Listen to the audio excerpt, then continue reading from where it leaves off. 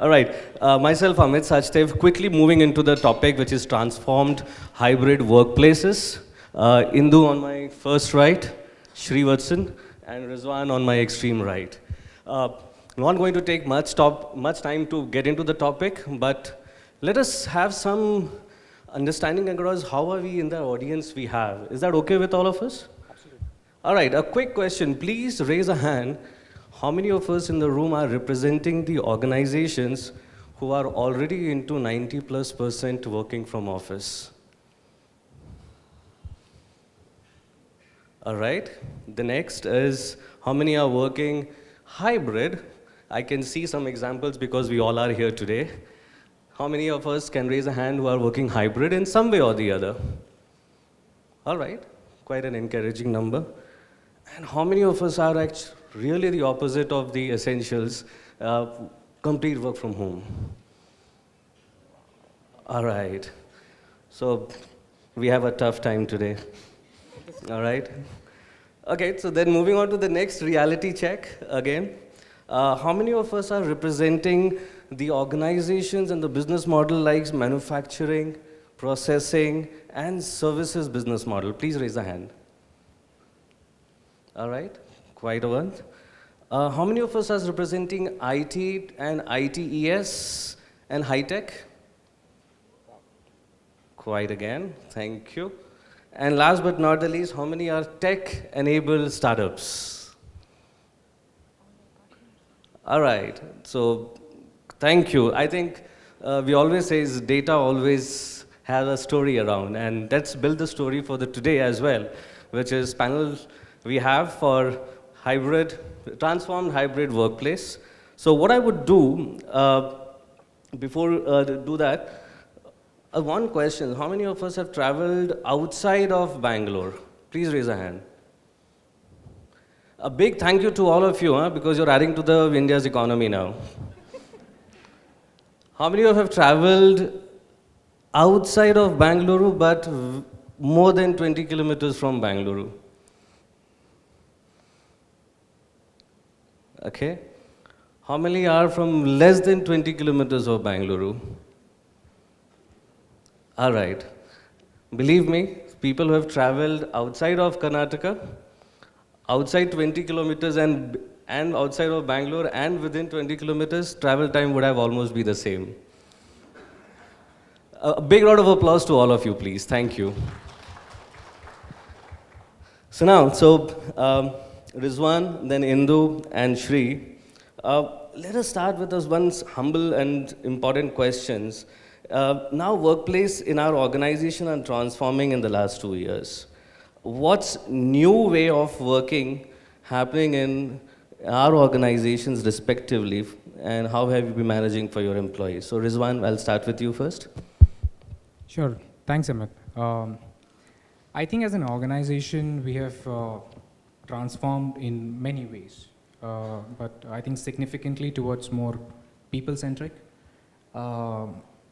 Through this pandemic, right, we have learned a lot, resilience, compassionate towards each other, and most importantly, listening to what our employees are saying, what our stakeholders are saying. With this approach, we have adopted a hybrid working model, twice a week, 8 times a month. So we are at a very nascent stage of implementation of this model, but I do foresee that when we are in full peak of this implementation of this model, we will be much more structured in terms of our in terms of how we operate and how we conduct our business. Indu? Thank you. I think what we did is when we were in the peak of pandemic, and as life is about learning and unlearning, when we were all learning to work fully remote and the work from home mode was all prevalent, we as an organization decided that let's learn it better, which means let's really prepare for a remote first environment. And we really went serious about it and partnered with a Harvard professor, Dr. 𝗪ποι𝗪. He's a luminary who's done a lot of research in the area. And for the last 1 year, we've really done, I would say, a lot of groundwork, legwork, in terms of really running key pilots in areas like, first of all, if we really want to create a workplace which is remote first, how are we going to redefine our policies to ensure that, just like my mobile, which can work on 4 different modes, right? Or 3 actually, which is completely silent, vibrate, and ringing. If I want to really, create an environment or a policy book which has 4 modes, fully co-located in the client location, fully co-located in our office, hybrid, and almost remote. I don't think we ever believe that we can be 100% remote, but up to about 90% remote and 10% collaboration. And if you really want to create that sort of a workplace and with that sort of an ease, how do we really focus on key parameters which will build that workplace? So we chose about 5 of those key parameters, which started with a whole policy revamp on HR, finance, facilities, and IT side. IT was a big one, and really started to revamp those policies and make them fit for remote, and that was a big investment. The second one was that, how do we really ensure that our employees are productive? And when we say productive, we were all used to, we learned the way of measuring productivity by 8 hours, 9 hours, 12 hours. 12 hours means higher productivity, 8 hours, 6 hours means lower productivity. We said that we'll have to unlearn that and really say that we are in an IT services business. The lines of code, effectiveness of code, and success of code has to be my parameter for success and productivity.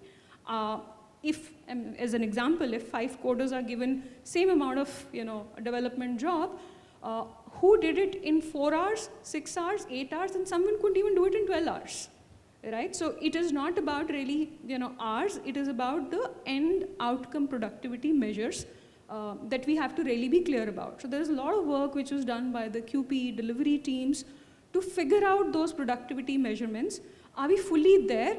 No, we're not, but we're a lot, I would say, better in our own thought process and clarity that how are we going to be measuring productivity and highlighting it in that RAG format to us, to our clients, and to our employees, saying that you're in a amber zone, you're in a green zone, you're in a super green zone. And accordingly, reward you, support you. So that was the second pilot. The third pilot was about really saying that how are we really going to hire from anywhere? Can we afford to hire from anywhere? What are the legalities around it? Can we really go and do it? How would compliance allow me to do it? How would country laws allow me to do it? And I think we really went and did pilots in countries like Vietnam and Poland and in additional I would say states in US as well, and within India also. We do not have offices in Coimbatore and Guwahati.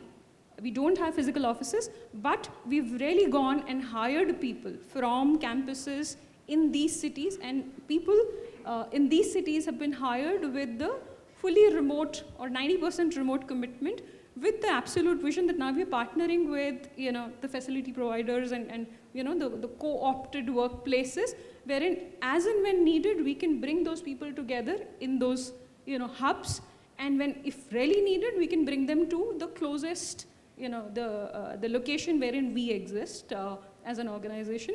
So you've got your policy, you've got productivity measurement, you've got your hiring to some extent. How do you ensure that your culture, engagement, softer aspects, and all of that really works well? Is the measure wherein we really went out and said that we'll have to create virtual water coolers. And it was literally,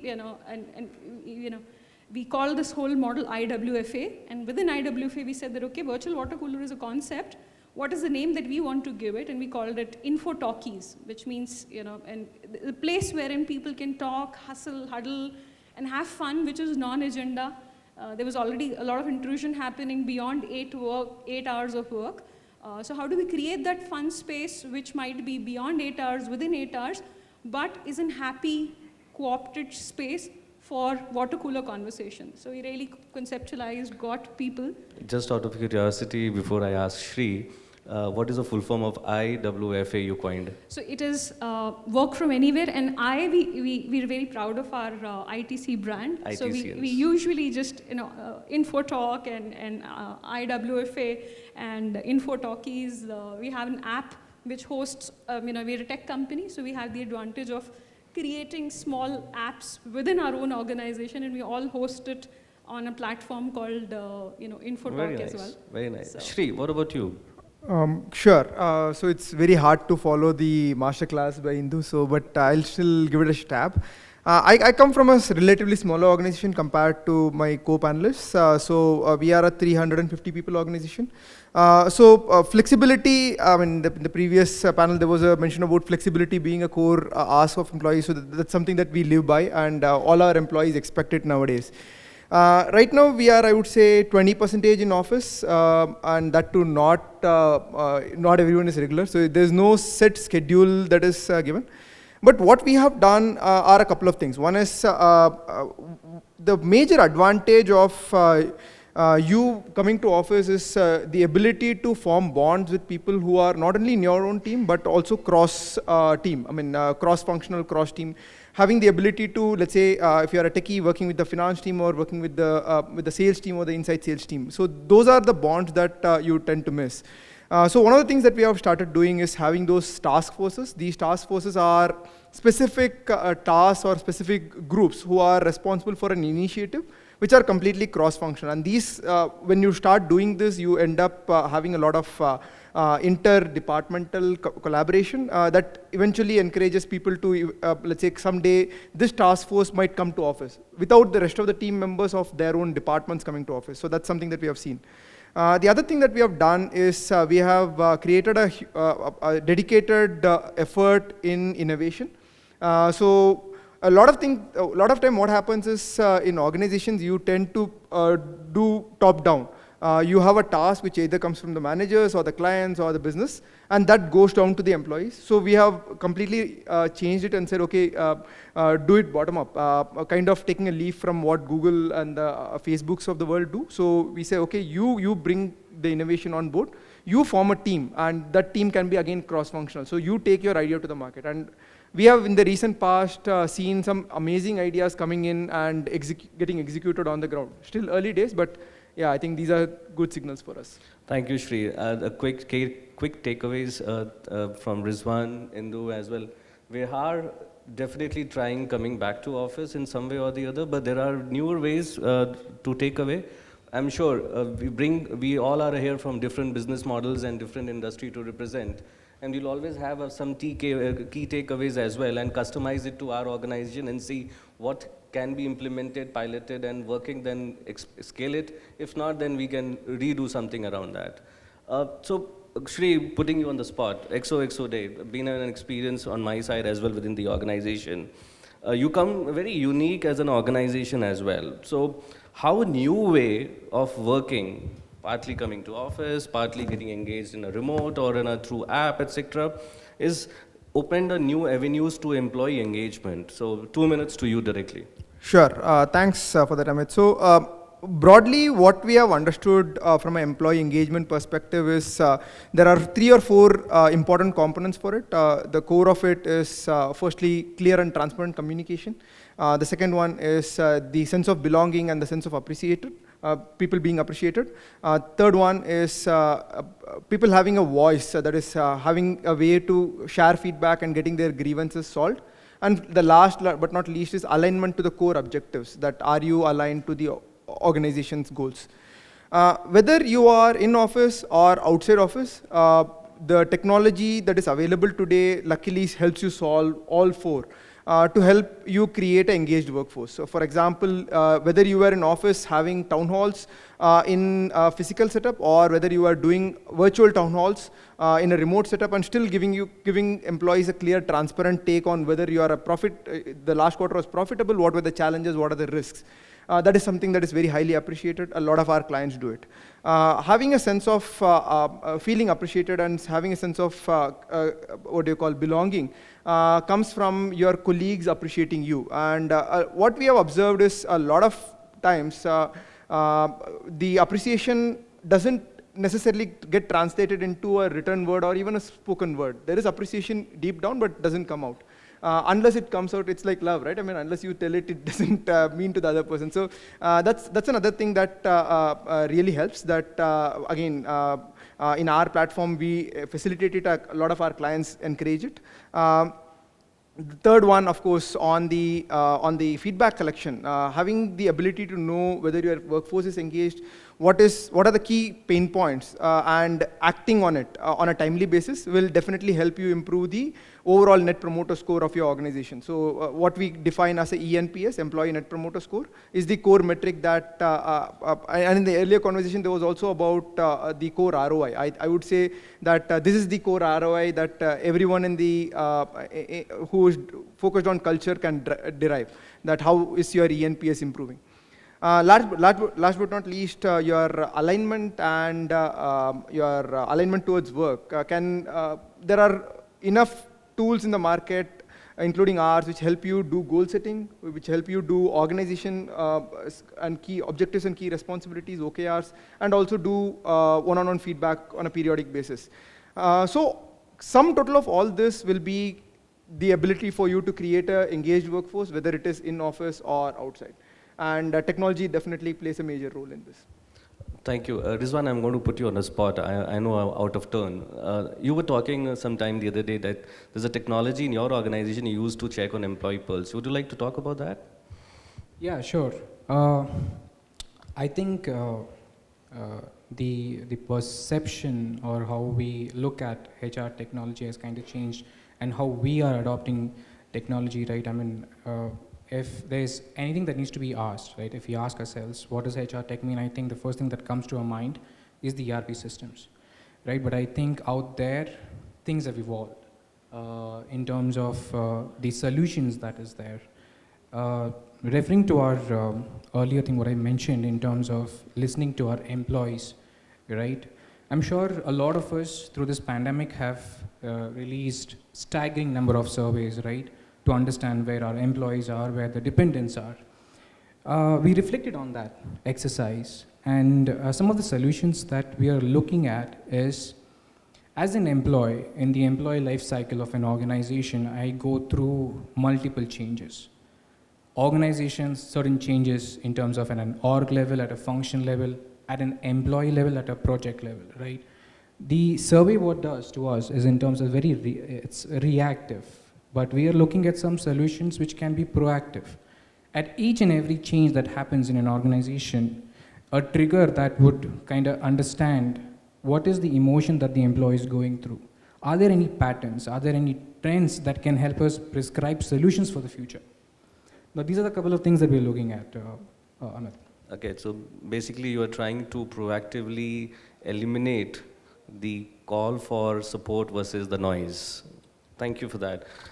We also, if you see, moving on to the next segment for the hybrid environment as a talk, we have always believed that somewhere in the heart, we have taken a 2 years work from home by compulsion or otherwise. Now we are somewhere set in that comfort zone now. And looking at some of the last few months' headlines, we also have seen the government, which is the central government, started in Delhi, getting their workforce back into the parliament 100%. We also seen headlines like Wipro announcing March 3rd, where the seniors would start to work in together in the office. We have also seen headlines last week, TCS, 50,000 workforce working 3 days a week. How many of us caught up to those articles? Can you please raise a hand? On the contrary, the hands which I could see now is the one who are still in the hybrid. But somewhere, believe me, this is just a wait and watch. Everyone is holding on. I'm sure in the audience we have some of our key decision makers who are going to be answerable. Karna kya hai? So there are two set of things. Hum to aa gaye. Ab let's get the team get into the office. The second set of voices inside is थोड़ा wait करते हैं, बाकी लोगों को आने देते हैं. But if you see today, in every metro cities you go, the travel time is the same now to commute from one place to the other. So when we see these headlines, so again I'm going to put all of you on the spot, right from Indu first, and then Shri, and then following Rizwan. How is your organization prepared or preparing to return to office? Is there any somewhere in the heart you are also fearing about attritions if you open this Pandora? Over to you. So I would say it's not fear, these are realities. A very real example, we've been IWFA and we've really gone all hog. We've not really announced any statement saying that 1 day, 2 days in a week. But of course, we also want employees to start to really embrace the hybrid workplace, which means collaboration, workforce, innovation. A lot of those things will require you in office. So we've kind of just said that, okay, we'll always provide a soft nudge and a meaningful reason for employees to be back at workplace.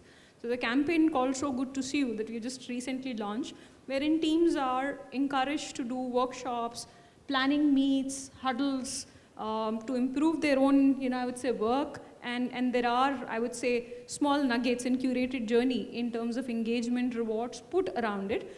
And there were 200 people. We really went about checking, saying that who's where and how many are comfortable to be operating from Bangalore. We realized there were about 40 people who were, of course, hired quasi-commitment or full commitment to work remotely. We had to really not only, of course, have discussions with our employees, had to go back and have a co-option model with the client, saying that, okay, these are roles that can operate remotely, and these are roles which cannot operate remotely.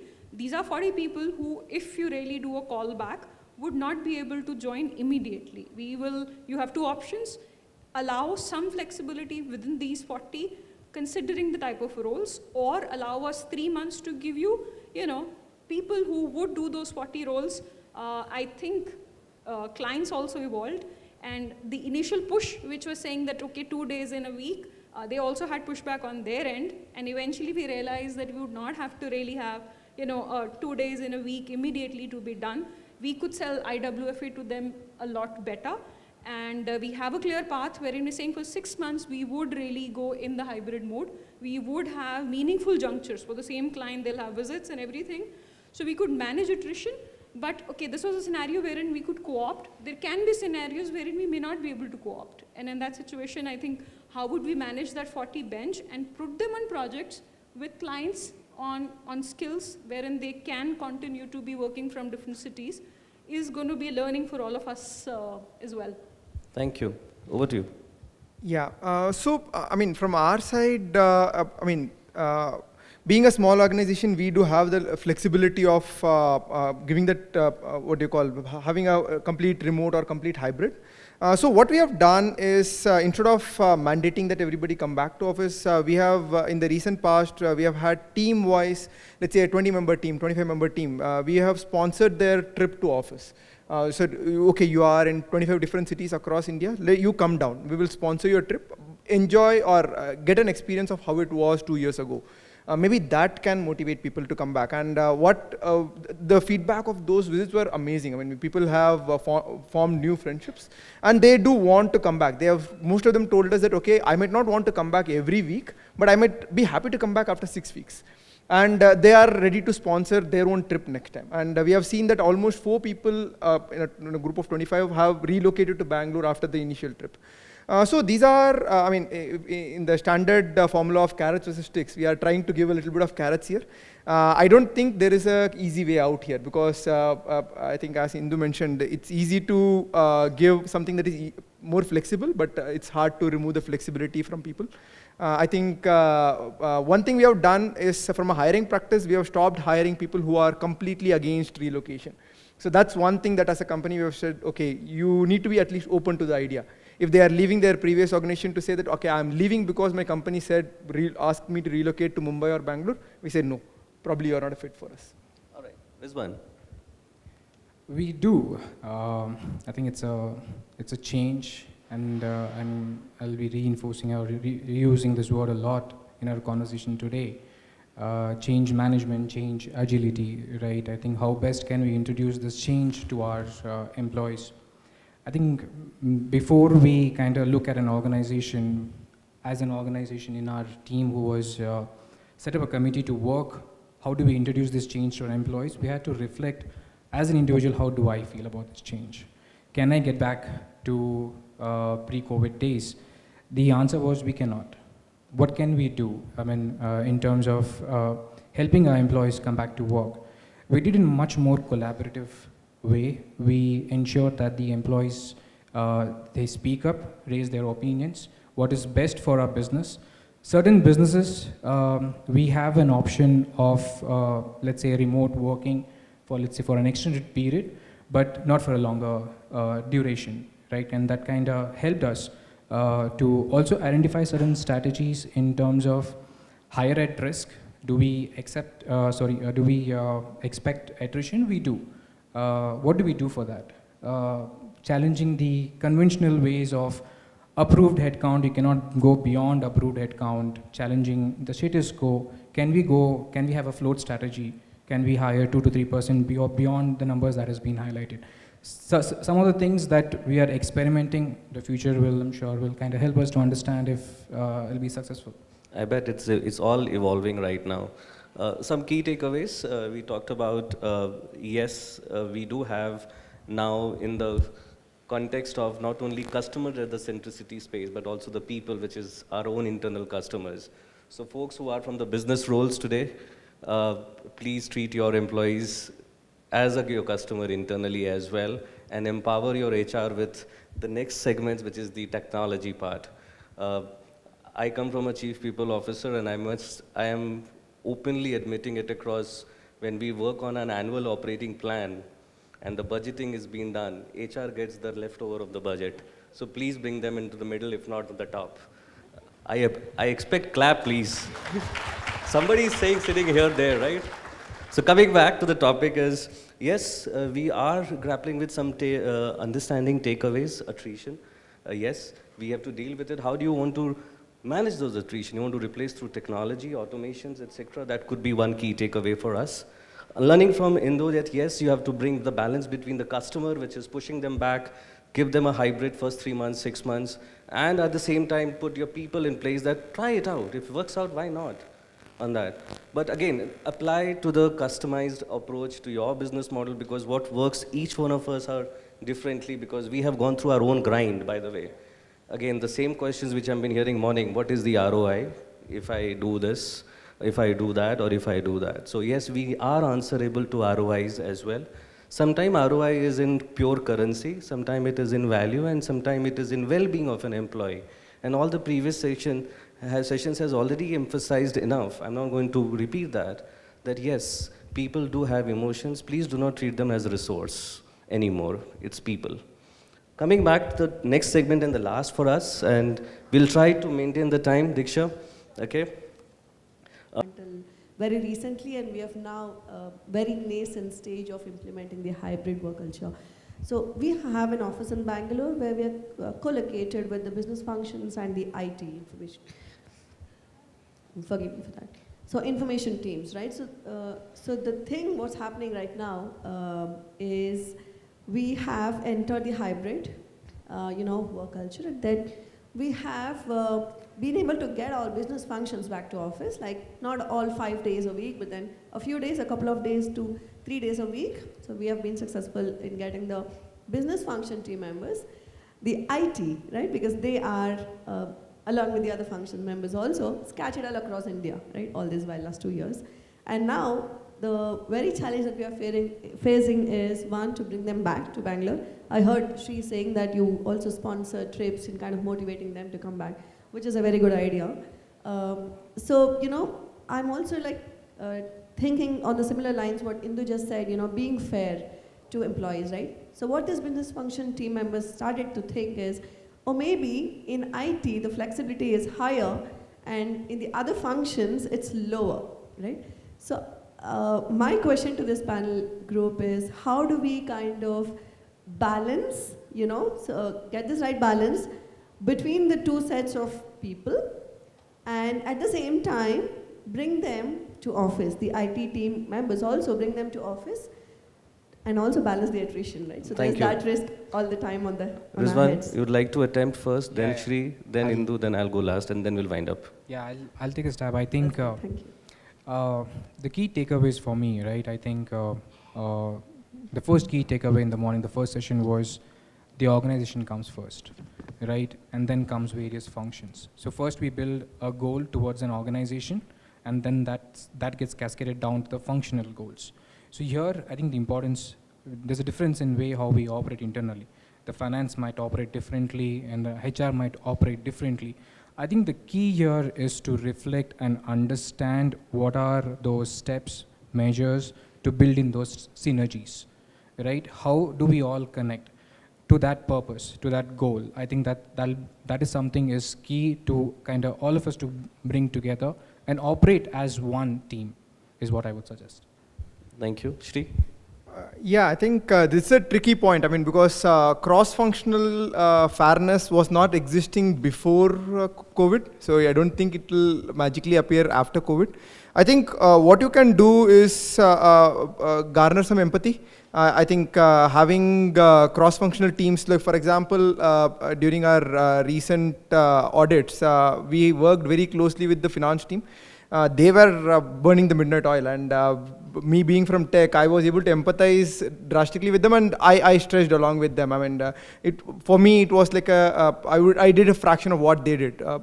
But I think that is something that will be helpful. But getting core fairness in all terms will be very difficult. For example, you can't do it, let's say, to an operations team. Let's say in a Zepto, you cannot get the operations team the same fairness that the techie team will get.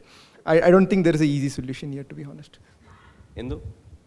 I would say fairness is all a function of what was committed and what was delivered. So as long as that remains, that narrative is very consistent, it is fine. I think what we're trying to really do is not do any push and create a pull.